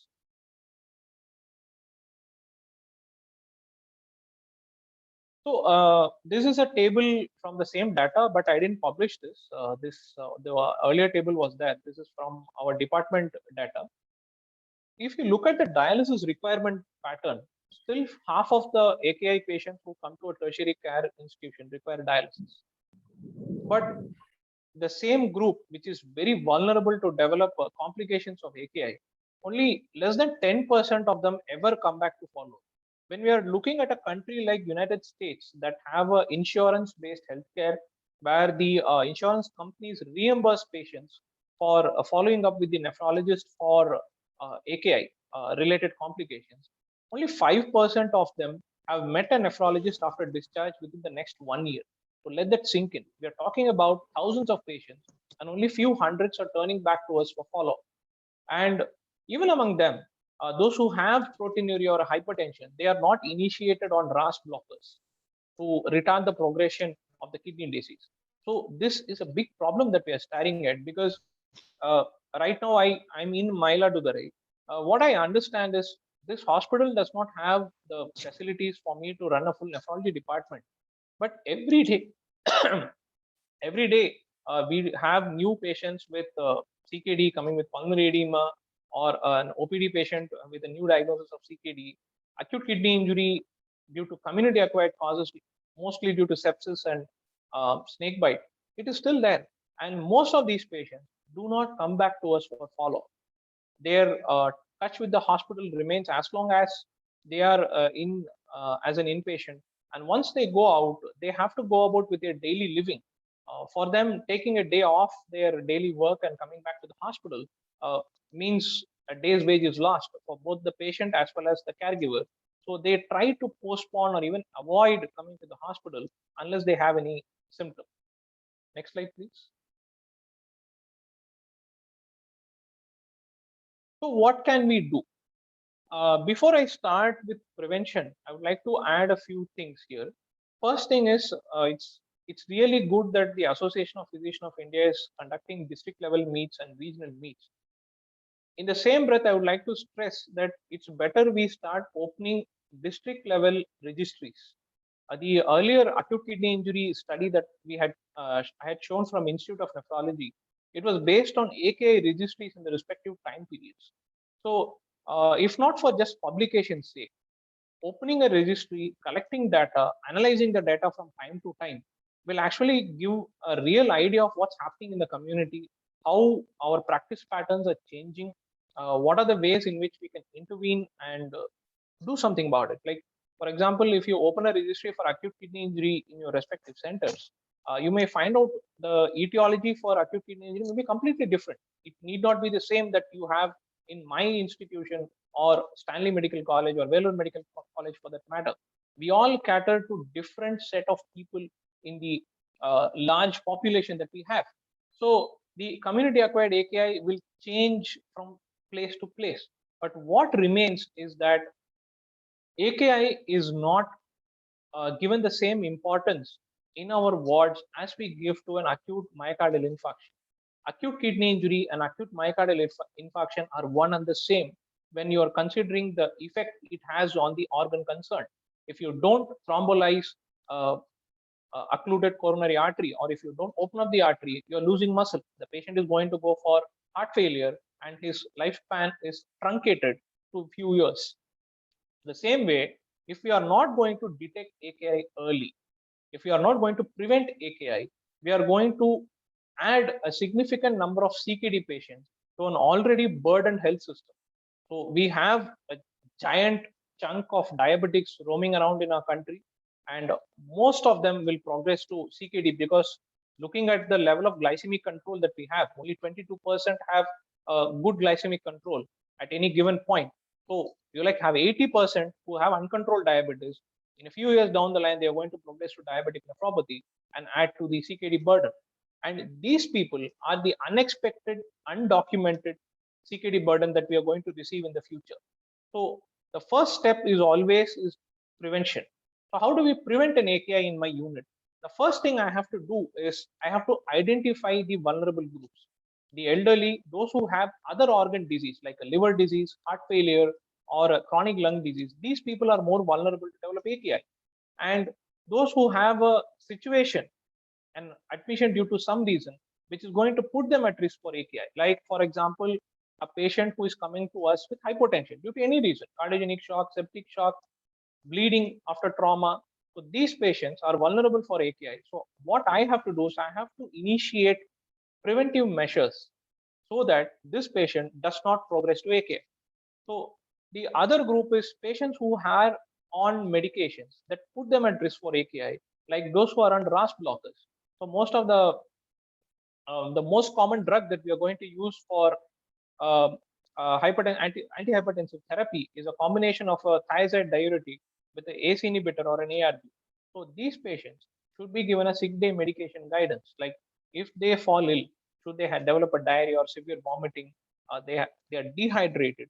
So these patients should be advised to check their BP, stop their medication if the BP is low, and seek medical attention immediately, because continuing antihypertensive, especially RAS blockers, when the patient is having hypovolemia, will push them to AKI. And again, as a nephrologist, we hate aminoglycoside. We have a love-hate relationship with aminoglycoside because that's the one of the few drugs that we can give only on dialysis days for our CKD patients with catheter infections. At the same time, it is our foe because aminoglycoside are one of the most nephrotoxic drugs that you can encounter in your wards. So whenever you're going to initiate a drug that is potentially nephrotoxic, the first step I would advise is we should practice writing estimated GFRs in our case sheets. So whenever we look at a creatinine report, like for example, I have a 73-year-old man with a creatinine of 1.2. At the same time, I have a 20-year-old boy with a creatinine of 1.2. The GFR of these two people are not the same. The 72-year-old person will be falling within the borderline range of chronic kidney disease, whereas that of a 20-year-old maybe still above 60, but it's still not normal for that guy. So once I look at the GFR, I'll be able to appropriately dose the medication to my patient, because when I look at 1.2 creatinine, it doesn't give me any information. Only if I convert it into an estimated GFR, I get a meaningful information upon which I can base my prescription.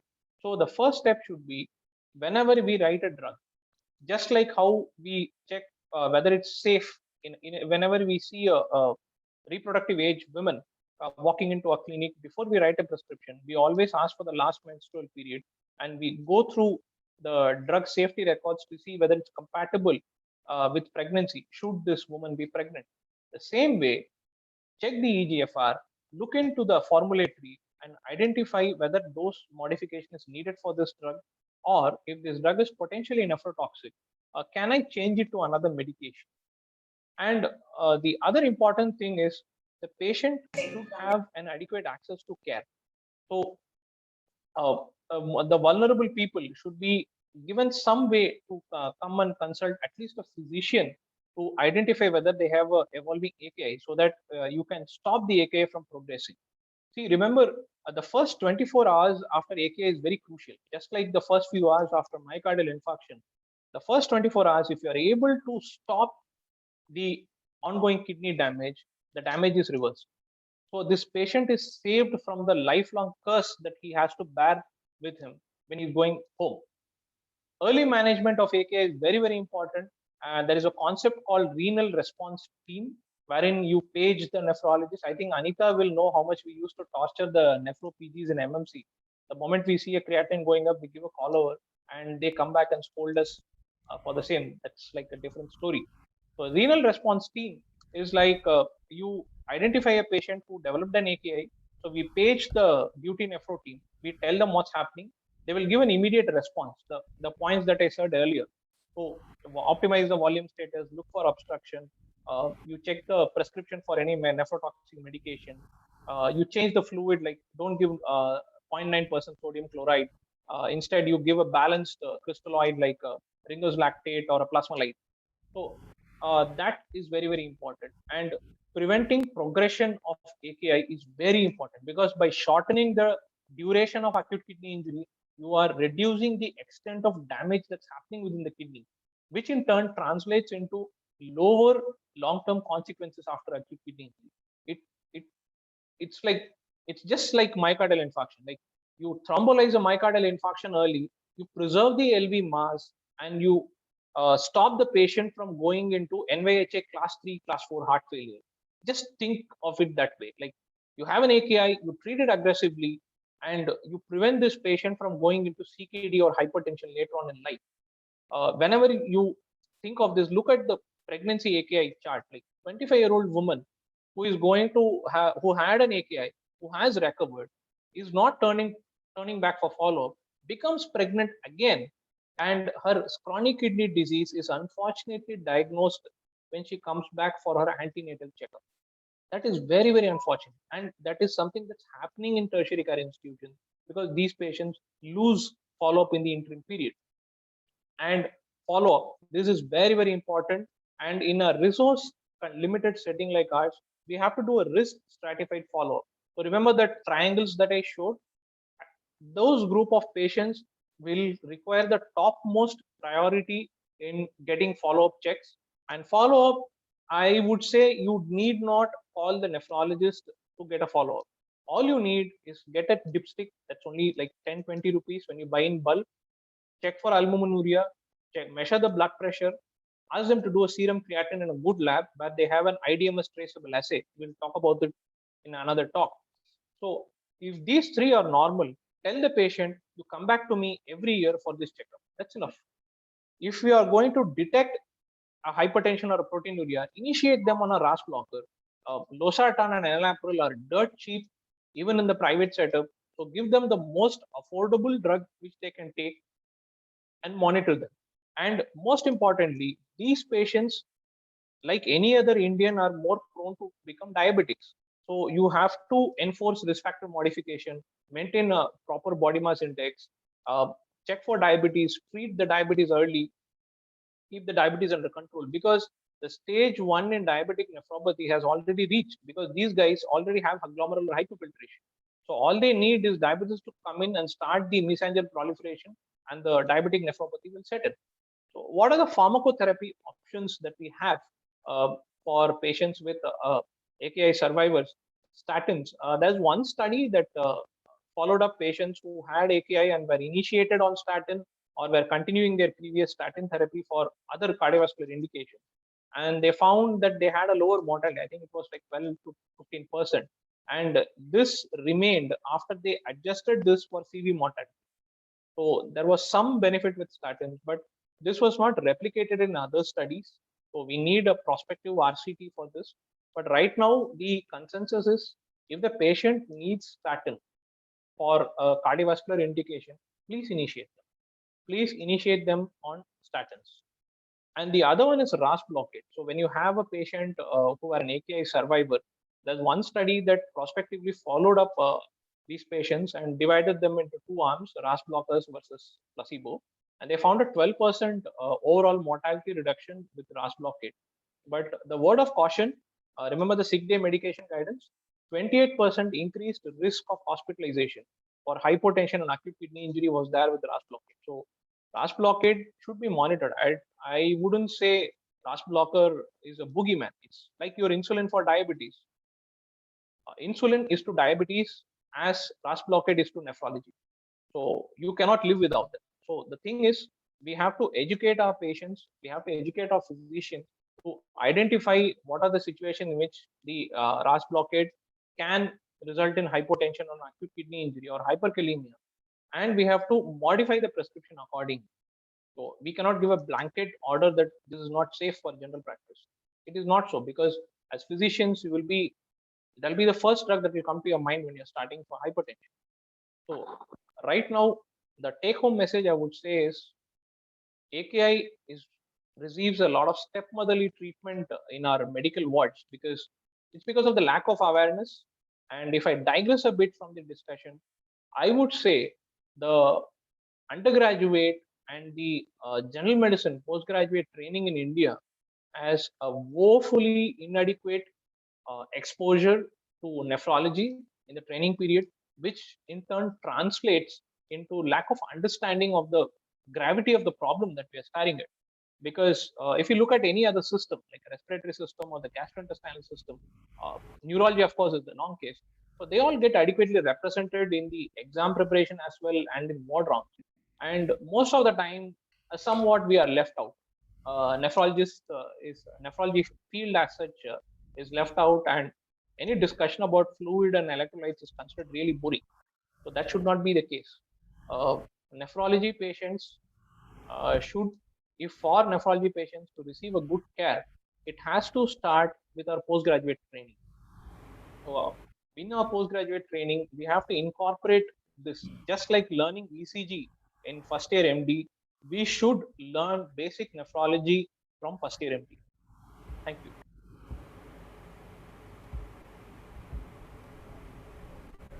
Hello, Anita. Thanks a lot, sir. So that's an eye-opener topic about the AKI and its prevention, sir. Thanks a lot, sir. And a few questions in a chat box. Okay. So, role of furosemide in AKI and its indication and contraindications. Okay. Good question. I'll start with the physiology of furosemide in AKI. What furosemide basically does, we all know it is a loop diuretic. It blocks the sodium-potassium 2-chloride channel and loop of Henle.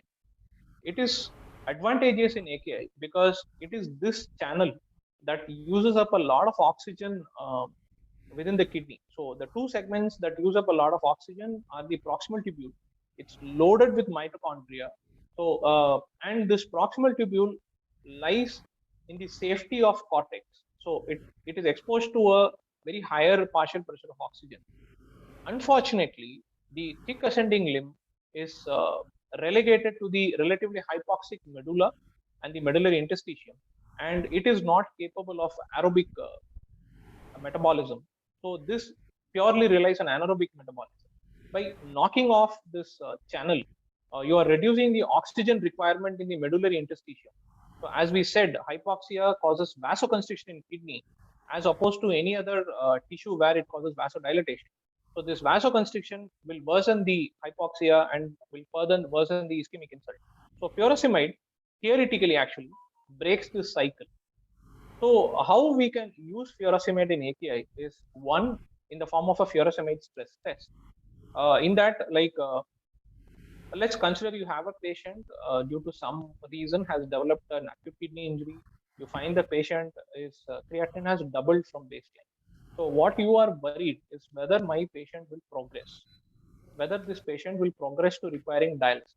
So that question can be answered by furosemide stress test, where you administer a bolus of furosemide, 1 milligram per kg, of course, after ensuring adequate volume status, and you observe the urine output in the next 2 hours.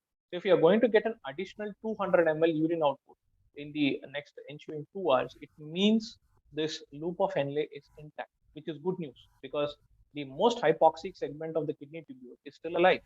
So which means this patient has not progressed to ATN. So this can recover, whereas ATN will take weeks. ATI, on the other hand, can recover within hours to days.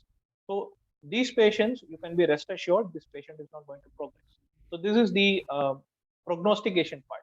Coming to the therapeutic role of loop diuretic in AKI, loop diuretic as such is not approved for treatment of AKI. Like theoretically, it is sound because it is going to cut off the oxygen requirement, but it did not translate into measurable clinical outcomes. So basically, furosemide is used for patients who converting patients from oliguric AKI to non-oliguric AKI. That's it. Like you don't have any other indication for dialysis. Bicarb is okay, potassium is okay, and I just have a little edema in this patient. Can I throw in a Lasix? Yeah. If your BP is good, you can give a challenge of Lasix, and if the patient is going to respond, again, it's a sign that he won't progress. If the patient has an established ATN, there's no role for loop diuretics. You control the fluid intake, salt intake, watch for indications of dialysis, and initiate. Okay, so thank Any you, other sir. And questions? one more question. So, indication for renal biopsy in AKI. Yeah.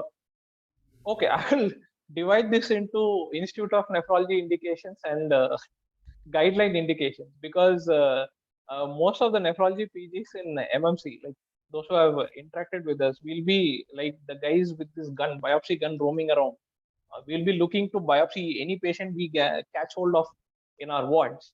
Our indications in an academic institute was a bit lower, and we carry forward that legacy wherever we go in the government setup. We biopsy when the AKI does not recover by 2 weeks. So that is one. Whereas the guideline indication is 4 weeks. If your kidney function is not improving by 4 weeks, you have to biopsy. And there are other indications where you biopsy when you're suspecting some etiology. Like, for example, a patient has a RBC cast, or a patient has significant proteinuria, like more than 1 gram proteinuria, or if you're suspecting thrombotic microangiopathy in the kidney, or if you're suspecting some specific etiology like myeloma related acute kidney injury, or a deposition disease due to a monoclonal gammopathy, or some etiology like interstitial nephritis, especially. That is the reason why we do biopsy early. Like sometimes, like when Dhanapriya ma'am comes for rounds, like within a week, we have to biopsy the patient. We should know what's happening inside. Because if you have acute interstitial nephritis, it's better to know what's happening so that you can initiate treatment strategies for them. But again, like most of the esteemed audience here will be doing private practice also. Do not venture into this in private practice, because first, patient won't agree to biopsy. I'm yet to do a biopsy in private practice. And secondly, because it's not a guideline directed indication, unless otherwise, like you are suspecting a glomerular disease or a thrombotic microangiopathy or some other thing, just for the sake of non-recovery of kidney function, I don't know how much these patients will be willing to do. Yes, sir. And one more question, Anything? sir. Now, one more question, sir. Now, being SGLT2 inhibitor is approved for CKD patient, do we have to monitor the creatinine after starting it to see whether it causes an acute and chronic kidney injury? And if so, how early we have to monitor? Good. Very good. Okay. We were actually fortunately a part of the Credence trial that was recently published. We were one of the centers in India, and we were the second largest contributors to study participants from our center. SGLT2 inhibitor, I would like to add first 2 points before I answer the question directly. One, you have to understand that SGLT2 inhibitor is not primarily an anti-diabetic agent. Please understand that. Only if we understand, we can put that into the heads of the patient, because the maximal HbA1c reduction you can achieve is around 0.5 to 0.6%. And this HbA1c, this SGLT2 inhibitor is primarily for reducing progression of diabetic nephropathy and reducing heart failure hospitalization and progression. And the second point is SGLT2 inhibitors is used over and above RAS blockade. You have to bold, italicize, and underline that point. So it has to be used over and above the RAS blockade. Only then the patient will derive benefit. If we are not going to initiate a maximal tolerated RAS blockade for the patient, and we are going to only initiate SGLT2 inhibitors, we are actually not gaining much of a benefit, because the benefit will be synergistic only when you give it RAS blockade. Now coming to the question of AKI with SGLT2 inhibitors. The thing is, the SGLT2 inhibitors act by blocking the tubuloglomerular feedback. So this SGLT2 will increase the sodium delivery to macula densa. So it switches off the TGF. So it again has a catapulting effect. So there is afferent arteriolar vasoconstriction and the glomerular pressure comes down. So the problem is, if this patient is going to develop a hypovolemia, a situation where the patient is prone to develop hypovolemia, this SGLT2 can precipitate an acute kidney injury because the TGF is absent, just like the case with NSAIDs and RAS blockers. So these patients should be given a sick day medication guidance. They should be warned that if you develop any critical illness, you have to stop this drug. Just like the diabetology people will say, like if your sugars are very high, they stop the SGLT2 inhibitors because it can precipitate ketosis. Similarly, the same way for nephrology indication.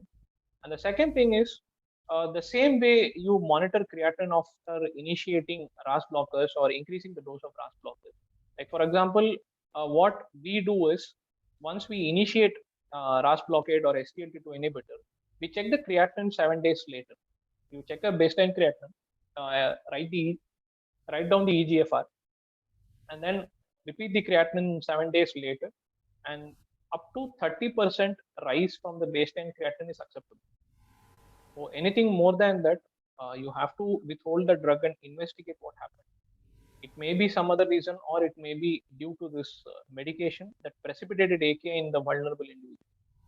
And regarding till which stage of CKD we can give SGLT2 inhibitors, as per Credence data and the KDIGO diabetes guideline, you can give up to an EGFR of 25 ml per minute. But I would give you a word of caution as a physician. Please do not venture with the SGLT2 inhibitor without collaboration with the nephrology team when the GFR is below 45. Because once the GFR is going below 60, these guys are very vulnerable to go for AKI. And sometimes, especially when the EGFR is below 30, that would translate into a creatinine of around like 2 and upwards in 40 plus individuals. These guys can go into a permanent acute kidney injury, which cannot be reverted. So when you have a EGFR of less than 30, please do not initiate. And if the patient is already on a SGLT2 inhibitor, stop if you have to. And once they come to CKD stage 5, do not give, stop it. And as a physician, if you don't have nephrology support, or if your patient is not compliant with doing creatinine estimations regularly, do not initiate when the EGFR is below 60 ideally. If needed, you can stretch it to 45. Yes, and last Of course, the question. trials are all going on, Dr. Manoj. Of course, as you said, as a clinician, let us be cautious. Yeah, The sir, actually guideline directed, it is up to EGFR of 25, sir. Up to CKD4, we can definitely give. Even for IgA nephropathy, DAPA CKD, it was the same GFR cutoff, 25 to 75 that was used. No, the recent The real world problem is these guys don't come back to us for creatinine estimation. even for less than 4 also they recommend, but of course as a clinician, if it is more than 45 ideal or at least more than 30 ideal, better, even catabolic state is there, better not to prescribe. Catabolic state in the sense, already the patient is muscle mass loss and severe insulin deficiency. In such case, insulin is ideal when compared to, even though the drug is reducing, but further catabolism will occur.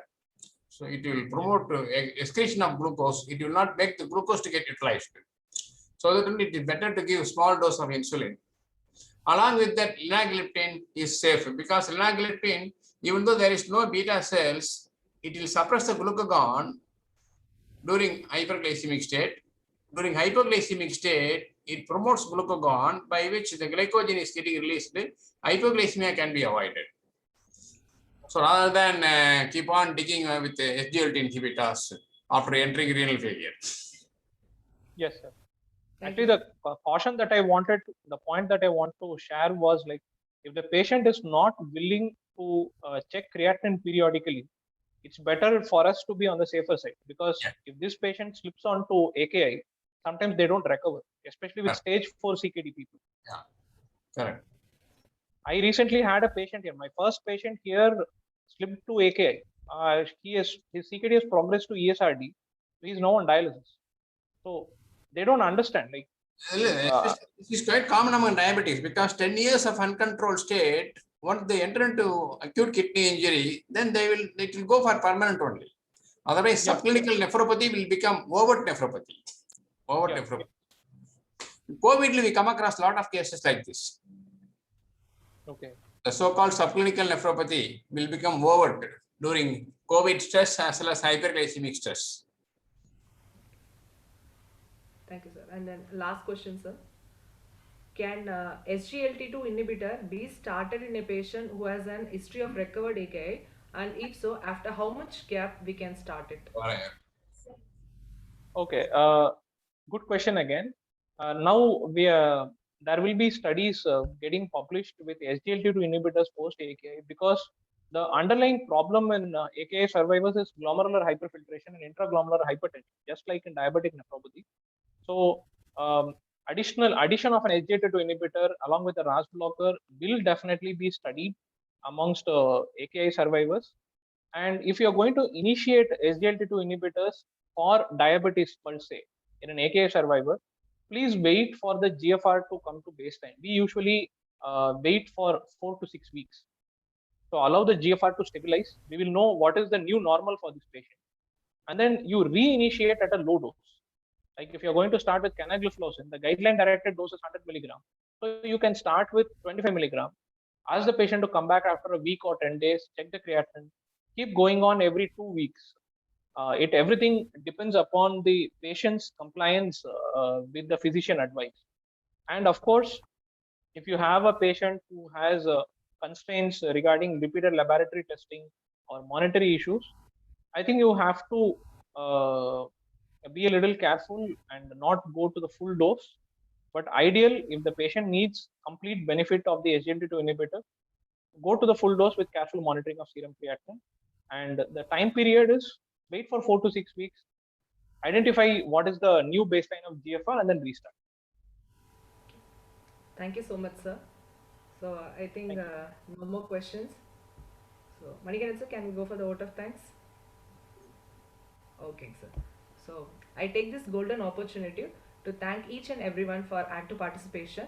On behalf of APA Vellore branch office bearers, I extend my gratitude to our distinguished guest speakers and senior physicians, Dr. Panniselvam sir and Dr. Anand Moses sir, and budding nephrologist Dr. Manoj sir, who generously accepted our invitation and enlightened us with their knowledge and patient answering for all those doubts. And thank you one and all. So, and thank the pharma company Novo Nordisk who supported this meeting, and thank you so much. Fine. Thank you, Doctor. Thank you, sir. Thank you. My best wishes to all of you. Let us stay safe and let us safely practice. Thank you so Thank you, much. sir. Thank you, Dr. Manoj. I also enjoyed your lecture. Thank you. Thank you, sir. Sir, in Mayiladuthurai, Yes, sir. ஏன் Mayiladuthurai medical college இருக்காங்க? Yes, sir. Service bound posting, sir. So we have applied to post us in nephrology posting. We'll get a reply in the next week. No. Mayiladuthurai, see, after DM qualification, mostly we will get attached with teaching hospitals. Some We are I can't in share DM it in the side or public forum, DME sir. side. இல்ல DME side vacancy இருக்கு sir. இந்த week எண்ட்ல வந்து ஒரு counselling வருது. அப்ப So we வந்துறீங்களா? are all being called for. Service PGs முடிஞ்சதுக்கு அப்புறம் we hope we be accommodated in the DME side. But native எங்க நீங்க? நான் சென்னை சார். சென்னையா? அப்ப நீங்க of course நான் நேட்டிவ் மயிலாடுதுறை பக்கமா இருந்தா ரைட் அங்க இருக்கலாம். ஏன்னா மெடிக்கல் காலேஜ் அங்க நிறைய வந்துருச்சு. சரி இல்ல நீ இருக்கு சரி டிஎம்எஸ் சைடுல எப்படி டிஎம் குவாலிஃபிகேஷன் அவங்களும் வச்சிருக்காங்க நீங்களும் இருக்கீங்கன்னு பார்த்தேன்.